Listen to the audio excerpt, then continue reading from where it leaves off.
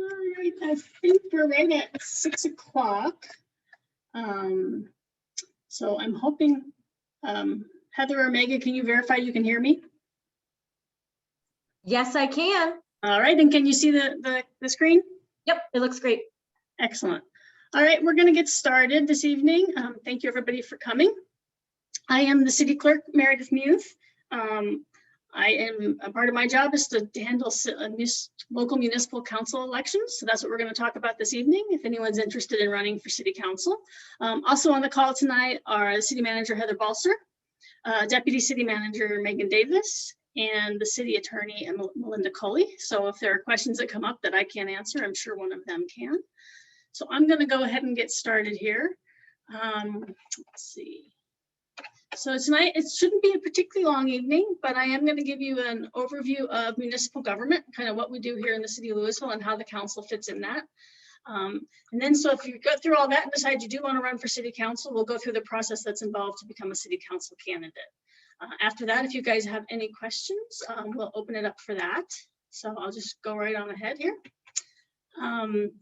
These are the topics we're going to cover here this evening, a little bit about how we handle things, how the city council interacts with city staff, and kind of what the role of the city council is. So I'm assuming everybody on the call tonight is a resident of Louisville, but here's some information about Louisville at a glance. Our population at the last 2019 estimate was just shy of 21,000 people. Our demographics are 90% white, but our next two largest population entities are Latinx at 7% and Asian American Pacific Islander at 5%. We're about 8 square miles as a city. We have over 2,000 acres of open space. We either own those outright from the city of Louisville or with some of our partners. And we have about 32 miles of trails in town. That's kind of Louisville at a glance for you, but I'm sure you all know that if you live here. Louisville is a home rule city. So the home rule charter is kind of the city's constitution. It was adopted in 2001, and it allows us to have more local control over what happens in town versus being a statutory city where you're only under the control of the state statutes. If the matter that city council is considering is a purely local municipal concern, the city charter is the primary document that would oversee that. If the matter is something about statewide concern, then the state statutes supersede the municipal charter. The city charter can only be changed by a vote of the people. It was last amended in 2009. It also contains the city's code of ethics. Oops, sorry. It contains the city's code of ethics. That code of ethics is very important to us. The city council and all of staff are required to abide by our code of ethics. In addition to that, we have the Louisville Municipal Code, and that is where all of our ordinances and rules and regulations are put into one place. And the combination of all of those oversees the rules and regulations that the city residents live under here in Louisville. We do take a lot of pride in being very open and transparent with our residents. Both the Home Rule Charter and the Colorado Open Meeting Laws require it, and we feel very strongly that this is something we have to maintain. We try and be as open, as transparent as possible, but something to keep in mind is that most people, when they come to us with a question, they simply don't understand the rules. It's not that they don't think we're trying to hide things, and we aren't trying to hide things, but people don't understand how government works. So sometimes we have to back things up and explain things as transparent a manner as possible. Another thing to keep in mind is we encourage public participation in all aspects of policymaking. That includes at boards and commission meetings and at city council meetings. We are a city manager or city council manager form of government. So what that means is the city council really acts as the board of directors. They set policy. They do that by attending city council meetings and voting on items. They make land use decisions. They do the annual budget. They enact the ordinances. And they appoint 4 very specific people. So they appoint the city attorney, the municipal judge, the prosecuting attorney, and the city manager. And the role of the city manager is to be the chief executive officer of the city. They are the ones, she is the one who actually oversees all city staffs. No city staff reports directly to council other than the city manager. Council works through the city manager to set policy. The city manager makes sure the policy is put in place. A few examples as to why the city staff don't report directly to the city council is 1 city council member is 1 voice of 7. So you can't have one city council member calling up a staff member and saying, I've decided something, because it's not, the decision's not up to the one person, the decision is up to the 7 people on the city council.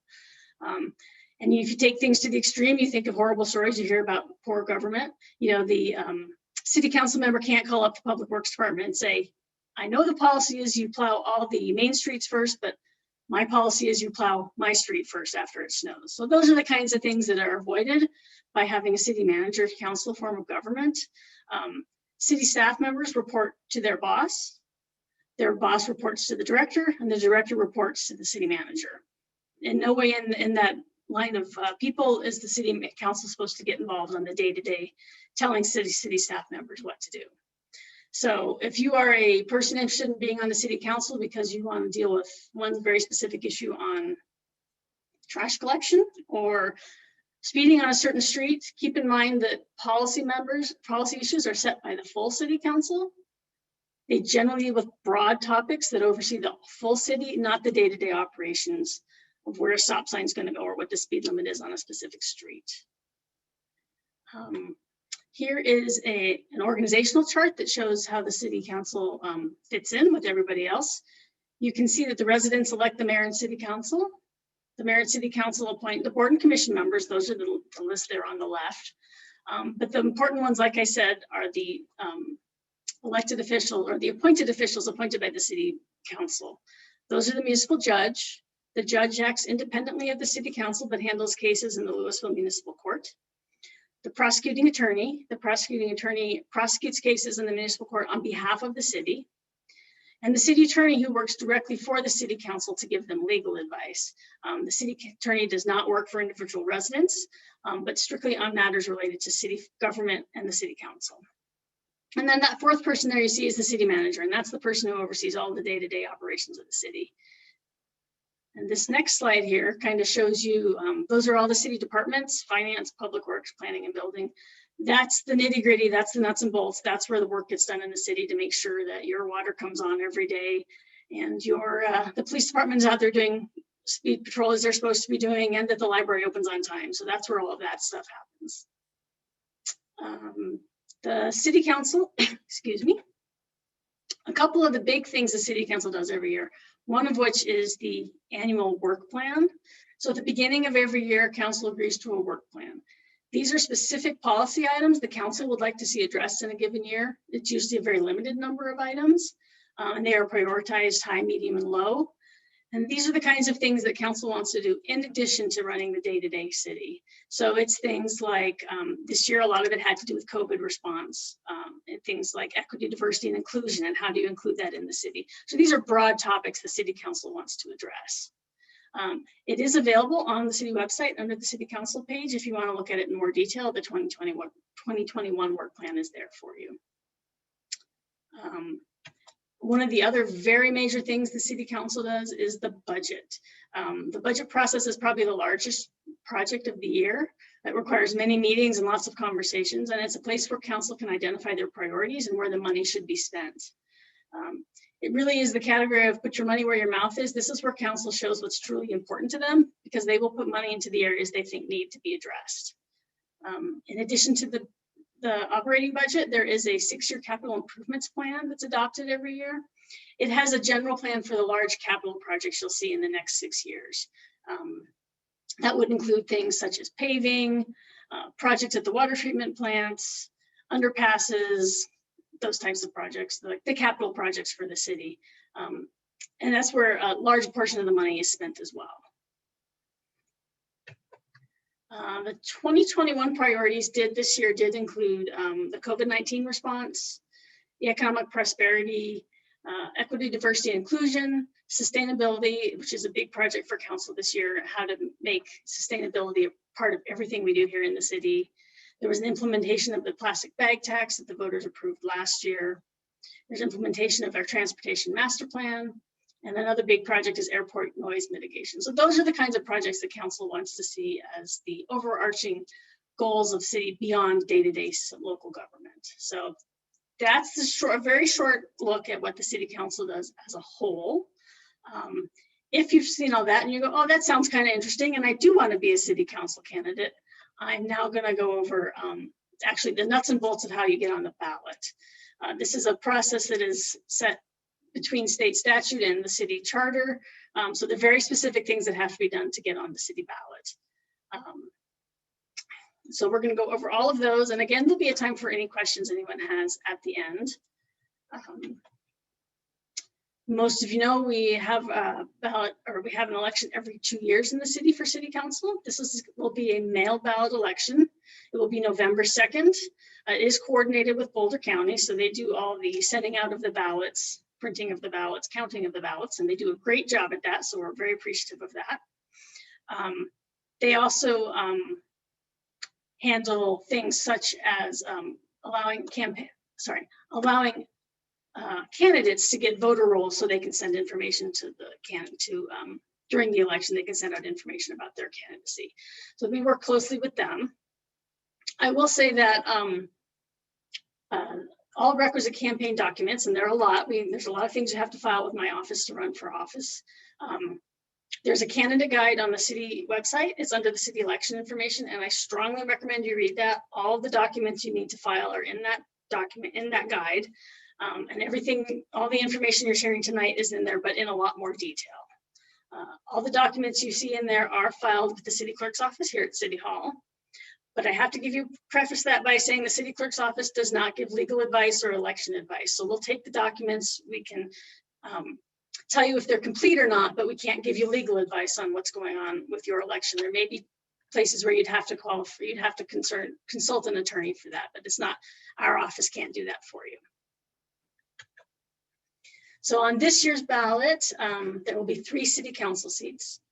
The city council has 7 people on it as a whole. There's the mayor and 2 representatives from each of the 3 wards. 1 seat in each of the 3 wards will be open in the fall.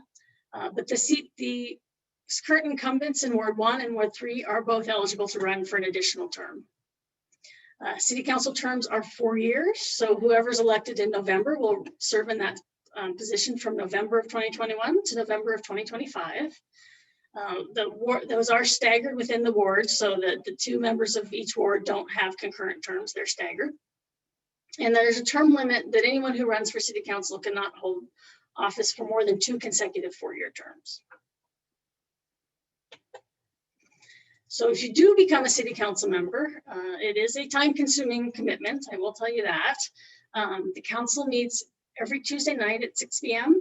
We are currently meeting electronically, although I suspect that will be changing here in the next couple of months. There's a lot of meeting preparation time involved. You get a packet of information from staff every week to prepare for the meeting. Most weeks, those packets run in the couple hundred to a few hundred pages. So that is a commitment to just prepare for the meetings. There are additional meetings on top of that. You will sometimes meet with residents, you meet with the city manager or staff, you meet with other elected officials. There's a fair amount of corresponding and talking with residents. With email now, your constituents have a chance to talk to you as frequently as they like by email, and they will send you emails and ask for response. And an estimate is that the current city council members are working approximately 25 to 45 hours per week in each of their jobs. And for all that fun, the compensation for being a city council member is $11,664 per year. And if you still want to be a candidate after that, here's what you need to know. You have to be a citizen of the US, you have to be 18 years or older, you have to be registered to vote in the city of Louisville, and you have to have lived in the ward in which you want to run for at least 1 year prior to the election. So you have to have lived within your ward from at least November of 2020. When you submit all your documents to my office, our office will verify that you've met all those qualifications. The very first step to running for office is submitting a candidate affidavit. That document is in the council guide, in the candidate guide. To become a candidate, there's very specific rules in the state statute, but it says if you have publicly announced your intention to seek office, or if you have received a contribution or made an expenditure in support of your campaign, if you've done either of those things within 10 days of that, you have to submit a candidate affidavit with my office. So keep that in mind before you start telling the world you want to run for office. You have a limited amount of time then to get that affidavit in with my office. The second step to run is the nominating petitions.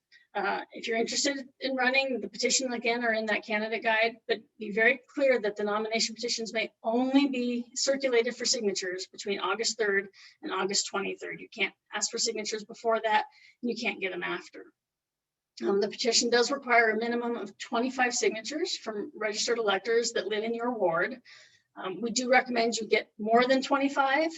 Sometimes we have people who sign the petition but live in the wrong ward. We have people who sign petitions and have moved and haven't updated their voter registration. So we suggest you get 30 to 35 signatures on your petitions. Once you have those filled out and completed the rest of the form, that is due to my office no later than 5 p.m. on August 23rd. A couple of items to note is that a registered elector can sign only one petition in their ward. Sometimes they don't know that. Most times they don't know that. And occasionally people will sign two. Oh, they like both people that are running, they'll sign both forms.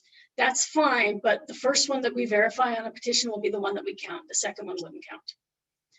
The petition circulator must observe every eligible voter who signs the petition. Petitions may not be left like on a counter in the coffee shop or something like that. You have to watch them be signed by every person.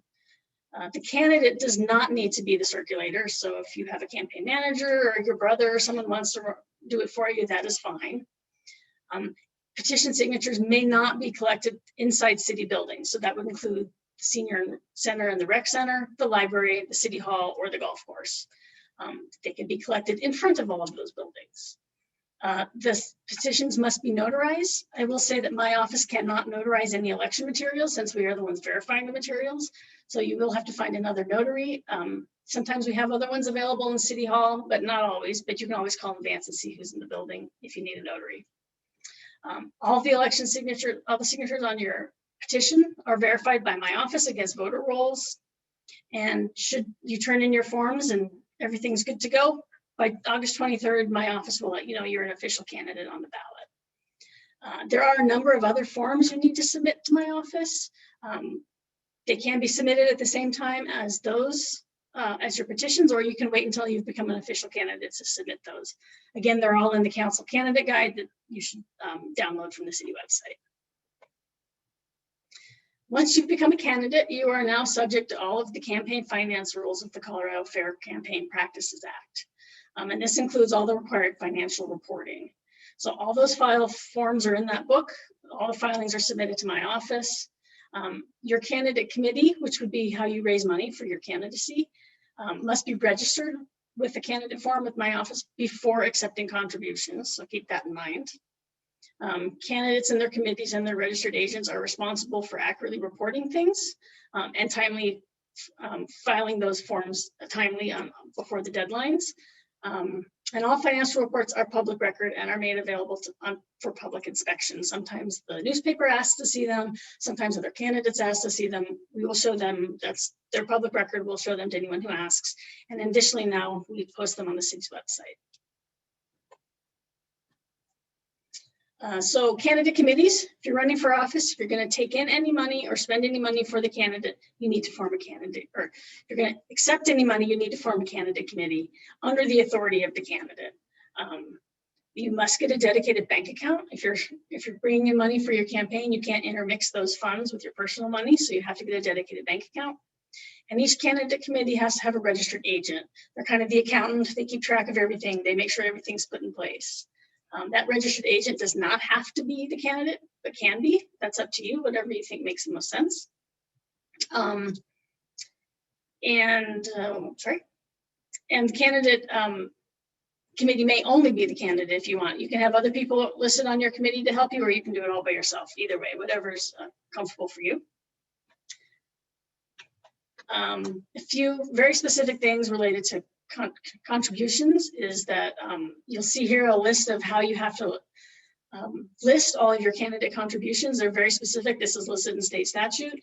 So if it's $20 or more, just the name and the address of the contributor is good. $100 or more, you have to list the occupation and employer as well. This is all required by state statute. For expenditures, you have to list all your expenditures and itemize them, including the name of the payee and the purpose of the expense. I should say too, if you are a candidate and you decide not to take any contributions in, you're welcome to do that. You don't have to form a candidate committee if you're not going to take in contributions, but you still do have to report any expenditure you make, even if it's all your own money. There are very specific rules about people you cannot take money from. So you see the list here, it's in corporations, foreign citizens, lobbyists, other candidate committees. You can't have anonymous contributions of more than $20. You can't have cash contributions of over $100. And state law prohibits these contributions specifically. And it is the responsibility of the candidate and the committee to ensure they're complying with all the campaign finance laws. Again, this is an area where sometimes people come and ask us questions. So can I do this? Can I do that? My office cannot give you legal advice on contributions. Once you've taken in your money and spent your money, you have campaign finance reports you have to submit to us. There are 3 specific dates for that. So October 12th, October 29th, and December 2nd. There's forms in the book. Again, you use those same forms, you turn them in every time, put down the right date that you're putting them in. Sometimes people make a mistake on them, not a huge deal. You can file an amended report and say, oh, I forgot to have this one, or I put this one in wrong. That's not a problem at all. In addition, there is a way for candidates or residents to complain about your campaign finance reports, and they would file a form with me if they feel there's something you've done in error on your reports. So you've collected your money, you've spent your money on campaign signs. So where can I put my campaign signs? Campaign signs do not require a permit, so you can put them out without that. But in Louisville, at least, signs may not be placed in the public right of way or on any public property. I know if you go to some other municipalities, you'll see medians just filled with campaign signs. That is not allowed in Louisville, and our code enforcement officers will take them down. So don't waste your signs by putting them in the wrong place. You may put them on any private property as long as you have permission of the property owner. And you have to ensure they're put up safely so you don't put up a huge sign that blocks everybody's ability to see left if they're making a left turn. So you have to be careful of that. Residents can put up a maximum of 6 signs per property, and those are the 4-foot square signs. They can do 6 of those. And campaign finance sign or campaign signs cannot be placed within 100 feet of a ballot box or a polling place. So that's at this point pretty much a city building, so you're probably safe on that. But keep that in mind as you get close to election day. There are a number of resources you can find other information at. Like I said, that candidate guide is on the city's website. You should read it in its entirety. It's very important. It's got a lot of information. It'll put you right to sleep, I'm sure, but it is important that you understand all the rules in there. There is also a campaign finance primer on the city's website. You should take a look at that. It gives you it's some abbreviated information from the Secretary of State, but it's pretty good information. If you need additional information after that, you can look at the Secretary of State's office. They have a very large campaign finance information on their site. And additionally, on the city's website, you can read the city charter, the municipal code. You can find the Colorado Revised statutes online, and the Boulder County Clerk's Office website is here as well, as we work with them for election materials. So you've decided you want to do all this. Here's the things you need to know. August 3rd is the day you can start circulating your nominating petitions. You cannot do it before that, and they have to be turned into my office no later than August 23rd at 5 p.m. There are the 3 campaign finance reports are due October 12th, October 29th, and December 2nd. Election day is November 2nd. Should you be elected on November 2nd, the new council member orientation will be November 9th, the following week. And 1 week after that, you would be sworn in as a new council member. So that is the short and very fast overview of what it's like, what the role of city council member is, and how you get on the ballot. And at this point, I will open it up to any questions anybody in the audience might have. You can raise your hand by selecting at the bottom of your screen. There's a raise hand button. You can click that button and we can call on you. And if you're on the phone, you can dial *9 for that. And I am going to call on Kyle Brown has a question. Thank you, Meredith. Can you hear me? I can. Great, thank you very much. For those of us who've run before and have an existing committee, do we need to file the committee paperwork with you all again? Or is that, or is it just the affidavit and the other things that you mentioned? I think if there are no changes on your committee form, you wouldn't need to file it again. You could bring in a copy of it or fill out a new one if it's easy, but I don't think if you have changes, we don't need another one. Okay, thanks. That's helpful because my committee continues to exist because I did not expend all of the money in the last election. So Yep. That's helpful to know. Thank you.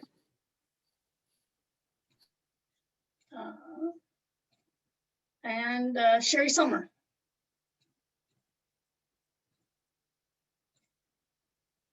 I think you need to unmute, Oh, Sherry. there you go. Thanks. So I have a question about responsibilities. I noticed that in the newsletter that all the candidates have their phone numbers published in the monthly newsletter or the quarterly newsletters. And I'm just kind of wondering, is that their personal number that they're giving out? And kind of, can you clarify a little bit more what that resident contact looked like and, you know, what the responsibility is? Well, the responsibility is really up to you. You have to decide how responsive you would want to be with your constituents. They are personal phone numbers for the city council members. Some of them, I believe one of them got a specific phone just for his council work, but for most of them, it's their standard home or cell phone number.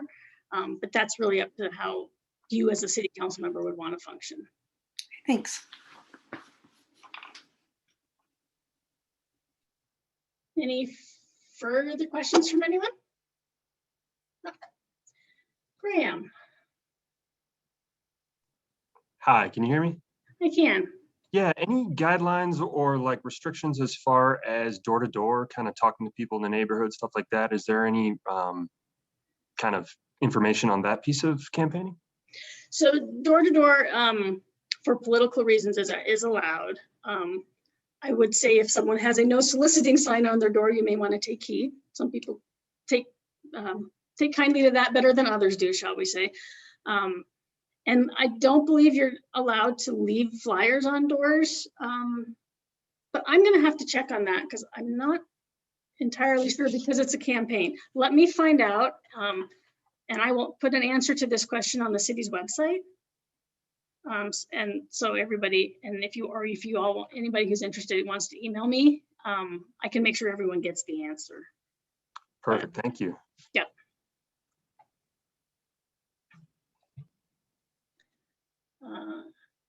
Any other questions?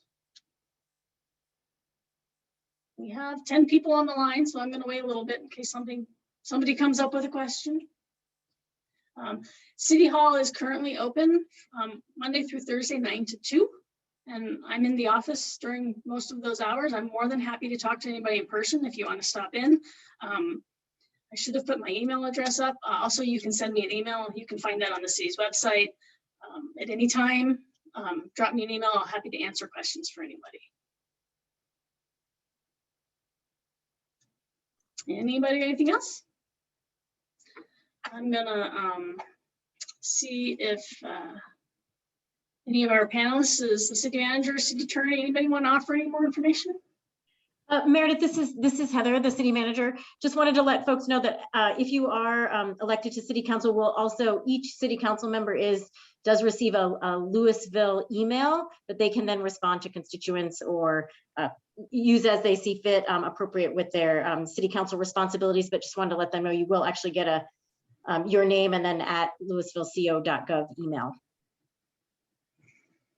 Another thing we should add is once you become an official city candidate, so there is a group email address the city council receives information from residents on or questions from residents on.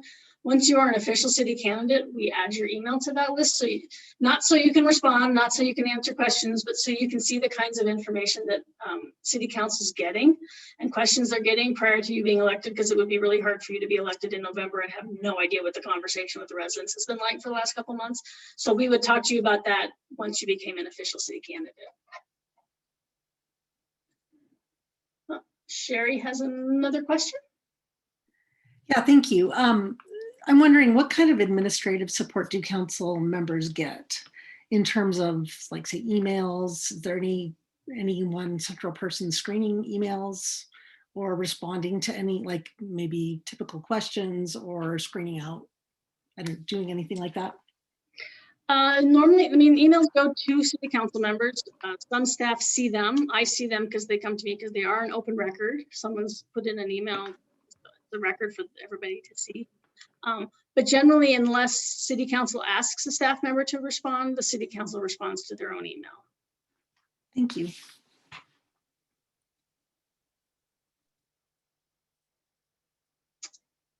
Any other questions or anything city staff wants to add? Well, thank you all for joining us. Like I said, my office is open to the pub. We're open physically if you want to drop in from 9 to 2, Monday through Thursday. Stop in or give me a call, send me an email. We're happy to answer any questions. The ward map is on the city council website if you want to see in what ward you live. If you can't read it on the map, give me a call, I'll let you know. And that candidate guide is also on the city council website or on the city website. There are hard copies available in my office if you'd like one that way as well. So we have one more question from Sherry here.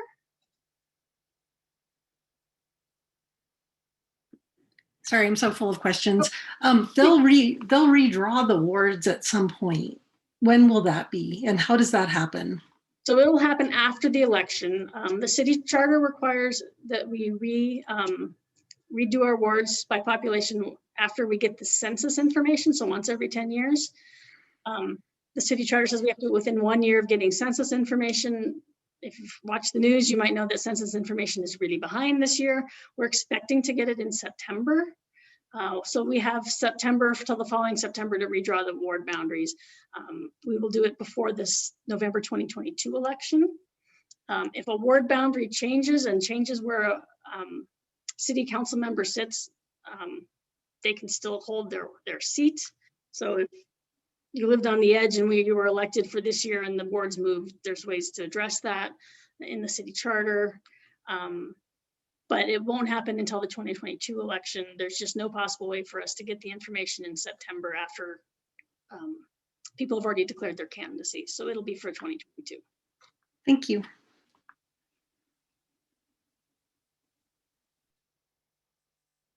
Anybody else?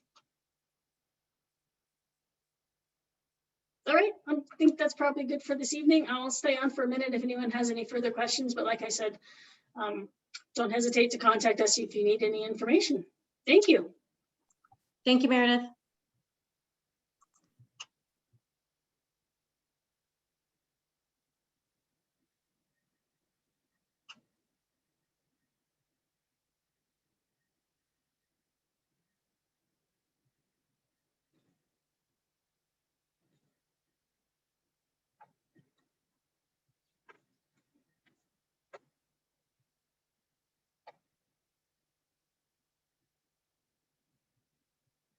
See, we do have a couple people left. If anyone has a question, just raise your hand. Nope, looks like we're good. All right.